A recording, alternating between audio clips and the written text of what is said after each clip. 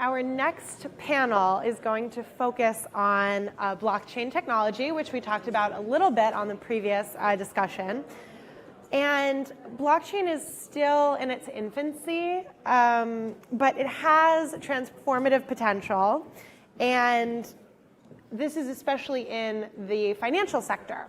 So settlement processes can take days in finance, and after a trade is made, capital can be tied up for a couple of days. So to fix that, Wall Street has been experimenting with blockchain technology, distributed ledgers, and various uses for them.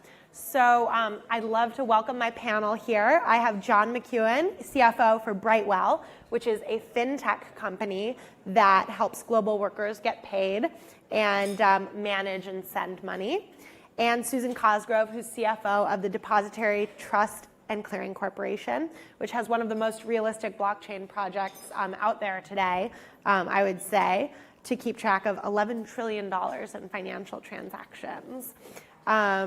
So John and Susan, thanks for being here. I wanted to ask you both, just so we can get up to speed quickly on both of your industries, what are the most promising potential applications for blockchain for each of your industries, and how might it apply? So John, let's start with you.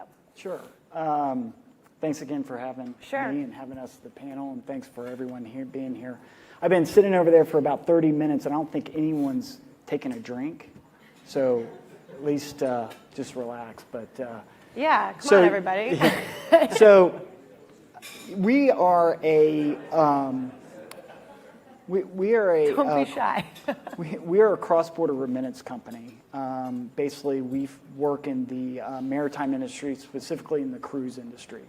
So if you can imagine a worker that's working for, say, Carnival Cruise Lines, they're getting paid, they're putting it onto our platform, and our platform enables them to remit money cross borders overseas, whether it's to a bank account, whether it's to a cash payout location, or they can actually take money off the ATM. When you're talking about blockchain, it's a very powerful technology. We'll talk a little bit more about that, but it's a powerful technology when you think about the settlement process. When you're remitting money cross borders, it's very complex. You're dealing with huge amounts of transactions, and that time lag in which all the money is being sent to a bank, to overseas, that takes quite a bit of time. Blockchain, as well as cryptocurrencies, I mean, there are theories out there, and we've heard a ton of them, and we'll get into that as well, that really that entire process could be improved greatly through a blockchain technology.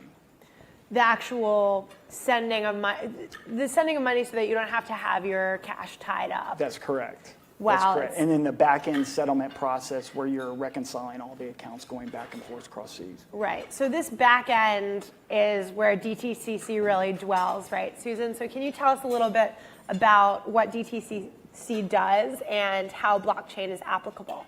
Sure. So nice to be here. Thanks, everybody. So by way of background, DTCC has served as the primary market infrastructure for the securities industry for the past 45 years. And what we do there is we clear and settle all security transactions in the U.S., and we provide post-trade processing around the globe. And just to put that in perspective, because we're all CFOs and we love numbers, last year DTCC processed $1.6 quadrillion worth of transactions, and we custody and asset service securities issued by over 130 countries worth $57 trillion. So our mission is risk management and basically to maintain safe and sound markets. And so we don't take that lightly. Our business model is actually very conducive to achieving that mission, because we are not commercially owned. We're owned and governed by the industry. So when we think about new or nascent technology as applied in our industry, first and foremost, we have to ensure that we do no harm. So we don't take that lightly. That being said, as Annie mentioned, we actually have made quite a bit of progress in advancing a distributed ledger concept for what we call our trade information warehouse. And our trade information warehouse is an application that supports lifecycle management and asset servicing for credit derivative transactions, which approximate about $11 trillion around the world. And we've been working with IBM, Axoni, and R3 on this application for about 18 months. And about a week ago, we announced that we're going into user acceptance testing with 15 global banks. So we're really pleased with what we've seen. We've learned a lot along the way, but we're actually going to be launching this application in production in 2019. So that's some real progress and an actual step. How long did it take to develop this, and when did you first start looking at blockchain for this particular use? So we started looking at blockchain about 3 years ago, 3 years ago, I think for everybody it was really just kind of a theory, and for us it's actually turned into a real use. What we did is we didn't want to start with our riskiest securities clearance business, so Probably we picked, smart. Probably smart. Yes. Do no harm is that first and foremost. Exactly. So we picked an application that we needed to replatform anyway, that was very that had a very stable data model, and that had a finite set of banks that we work with that really wanted to do some experimentation in this space anyway. So that's how we selected the trade information warehouse. And Rick, and John, what about you? What would you say in terms of how long you've been looking at blockchain technology? So I think that, it's been a big, we're a fintech company here in Atlanta. You have the likes of Cabbage and all these other fintech companies here, and there's a great push to, accept these types of things. And I think that we've always looked at it, and as it relates to our users of our system, right now we're kind of looking at it with kind of an arm's distance, and it's really on kind of with our partners and how they're utilizing the technology. And when you get into kind of the nuances of blockchain and kind of all of its uses, I mean, it's really reliant on, this person, that person over there, and everyone having a piece of the blockchain, if you will. And right now, as we've discussed up here, is that you have to take your stakeholders in mind and our crew members. And really kind of think about this whole process, because at the end of the day, they want their money. They want to have the confidence that it's there. That's what we provide them. We provide that on our system that enables them to remit monies back home, and we're not going to mess that up by going haphazardly into a technology that hasn't really, been fully vetted, if you will, over time. And so we continue to look at it, we evaluate it, we absolutely see the benefits of what the technology could do, but haven't really kind of got headlong into it. Do your crew members also see the benefits, and what kinds of things do they ask for when it comes to blockchain, if anything? So it was funny, I was part of a SaaS company that did time and attendance, and we got this question all the time about, well, will people get away from time clocks? And you're still talking about people that, some of the people that, they can't read and write, and as it relates to our crew members, they're just thankful to have cash in their hand. We're still trying to get crew members off ATMs. And so to have the ability to put, cash in their family's hands, which is kind of what they're trying to do. They're trying to support, they're out on these cruise ships for 9-10 months on contract, and they are providing for their entire family back, whether it's in India or in Indonesia or the Philippines, and they're wanting to get money back over there. Quite frankly, they don't probably care whether it's blockchain or anything else. They just want to get their cash in their hand back over there. The nuts and bolts aren't as important. That's right. And so you have to understand that, because we actually provide a service that enables them to do that absent a blockchain. Now, if we get down the road and the banks in which we interact and the remittance services that we interact with start going down that route, we will absolutely adopt that. But in the meantime, we will continue to service and be an advocate for our crew members. And I imagine that the same principle applies, that you want to do no harm, and you wouldn't want to somehow make it longer or more cumbersome in the Correct. process of trying to adopt blockchain technology. Absolutely. So how do you balance involvement with blockchain and still try to be sensitive to the bottom line of your company? If you're over here experimenting on one end, how do you make sure that you're not draining resources from the company? Susan? So one of the biggest challenges with distributed ledger or blockchain is really the business case. We've really yet to prove that there's enough value to cover the build costs, the run costs, and the switching costs, because the value in the blockchain is building a community. That said, as CFOs, we are naturally equipped to kind of sort of drive that equilibrium between sort of promoting innovation and making sound financial decisions. So as CFOs, I think we have to be comfortable living in that gray area. But I would say that that's probably one of the biggest challenges, Annie. Right. Because you don't want to totally wait on the sidelines, I imagine. You can't be waiting on the sidelines, but you have to calculate how you're going to be able to do this. John, what about you? I've always believed that the CFO has a fiduciary responsibility to each of its stakeholders, whether it's investors, employees, senior leadership, and that I've always believed that the CFO is, if not next to the CEO, the leader of the organization. We're the confluence of where all information runs through, and from back end, from budgets to the forward-looking aspect of the company, and by trade, I'm a CPA, and I take that very seriously, and that we are the cornerstone of trust within our department, within the company, to our external stakeholders, to our customers, and that has to emulate. And so therefore, you have to go into each decision with a thoughtful nature on the decisions that you actually make. And beyond this question of cost, what are the other biggest challenges of implementing blockchain for you guys? Either one. John, maybe you can start. So when you think about a new technology and the cost in which that everything would look like, especially as it relates to a blockchain, you have to think about the whole ecosystem. And when you're thinking about a blockchain as it relates to our business, you're taking on other people into that kind of ecosystem that you don't necessarily know. And your value system has to match the value system of the person across from you.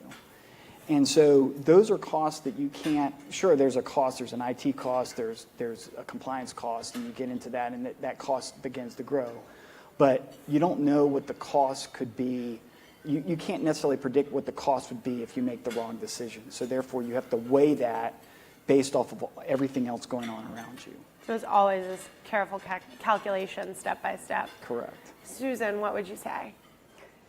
So I would definitely say confidence, and this is something that that we're building, and it's going to take some time because we need to really get a high degree of confidence with respect to resiliency and redundancy. One of the things is that internally or for your customers and clients? Internally and externally, Both. so system-wide. One of the things that I probably would have said was the biggest challenge is, if you asked me this question months ago, would be scalability. But recently we actually completed a test because the equity markets in the US are so robust and there's so much volume that goes through them.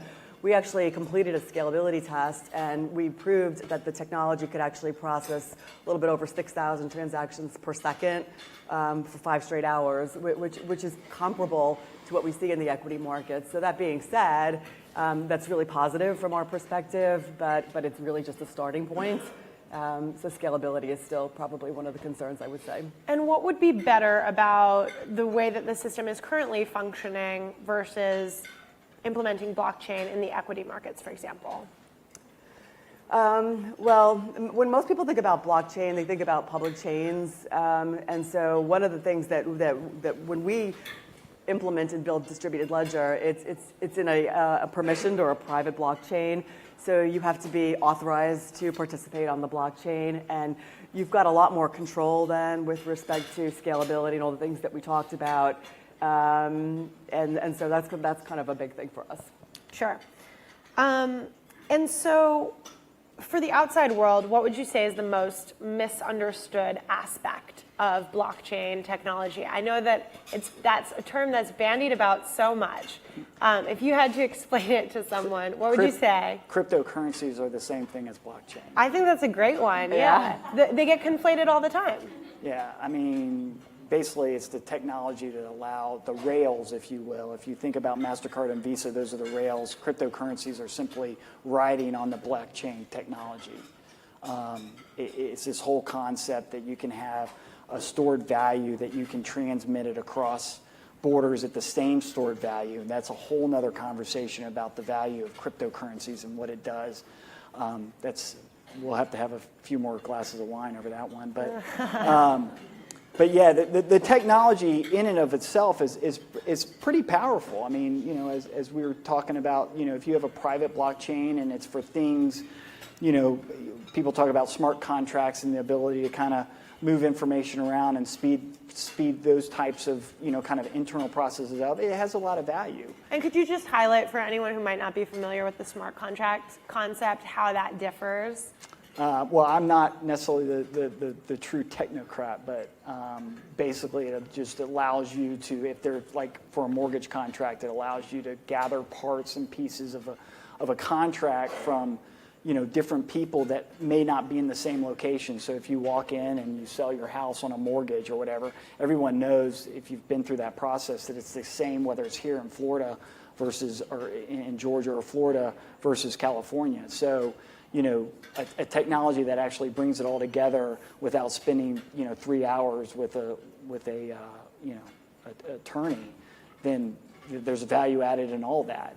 But when you're talking about, you know, millions and millions and millions of transactions going cross borders that actually relates to dollars being transmitted, and the confidence that the Filipino that's working on Carnival Cruise Lines in the middle of the Atlantic can get their money back to the Philippines to their money. It's a whole other ballgame. Yeah. Susan, what about you? So just another comment on smart contracts. So these are contracts, which is simply terms and conditions embedded in the block. It's actually what's supposed to put lawyers out of business. So it very simply, it's an if this, then that type of kind of an analogy, which is not necessarily new, but it takes place on the blockchain, which would then, you know, sort of be a prerequisite to moving money. In terms of, I guess, the biggest misconception, I was going to say something similar where, you know, Bitcoin does not equal blockchain or distributed ledger. But I guess what I would say is it's not a silver bullet. So, you know, we're evaluating this on a case-by-case basis. As I said, we've picked sort of a pocket of the market to start with, and it's going to be a big learning experience, and it's going to require a community to actually really achieve the value that, you know, that is expected of this technology. And the other thing that I would say is it really requires strong governance. Yeah, and I think that that's such a smart point about blockchain not being a silver bullet. I think that we're in a cycle right now where it's applied to so many things, or its potential is touted in so many arenas, when if you step back, you say, well, why do you need to have a decentralized database for that? Like, why couldn't you just have a centralized database Well, I think what Susan just said is an important point. Yeah. It needs to be governed. Yeah. The whole point of blockchain and cryptocurrencies is that it's not. To Which me, is why you have this tension between the two communities, that's right. right? I mean, it's crazy. I think, you know, counterintuitively, in some aspects, you know, cryptocurrencies and blockchain would be even more regulated, just because everyone wants to. We all know about the government. I mean, you got one ledger, you're sharing it with someone else. You don't. I mean, if people are naive if they don't think the government and regulatory are going to want to have a piece of that blockchain. So I think that this is how the Wall Street comes into like, some friction with the like libertarian, like crypto true believers and those two factions of blockchain. It's just out there. Finally, in terms of the outside world, what kinds of pressures do you receive, if any, for focusing on blockchain? Is there incoming, inbound interest in what you're doing with blockchain? Susan, you want to kick that one off? Sure. Externally, we get a lot of pressure from our clients, frankly, because they look to DTCC to be a thought leader and to kind of roll this out into the community. We can sort of deploy nodes and let banks kind of take nodes and attach into our blockchain. So we get pressure from our customers to actually take a leadership role, find a way to kind of create the sandbox and advance this. So as I said, we've been working on a distributed ledger for the trade information warehouse for 18 months now, and probably within 6 months we'll be in production. But even from there, our clients are going to be pushing us further to do more and more with that ledger, which, by the way, does incorporate smart contracts and is also in the cloud. So there's a lot going on there. But the pressure comes from our clients, actually, to move the dial. Yeah, definitely. John? Yeah, so we're asked all the time. I mean, our investors ask us about this. I mean, when you're in the fintech world, everyone believes that, or at least the MO is that, you're on the forefront of everything and pushing all the limits. And, sometimes you have to just take a step back and take a break and just kind of look at it from what makes sense and justify your position. I mean, it's not like we're saying that it's a bad technology or it's just so early to tell. And when you talk about the serious nature of moving money across borders and with anyone, I mean, you're going to take that seriously, and you should. Absolutely. That usually kind of calms them down a little bit. Yeah. So I think Brightwell and DTCC are both great examples of how blockchain technology is having some real applications already developing. But as you can see, there are definitely some tricky considerations in the process. Thank you both so much for joining us. Thanks, guys.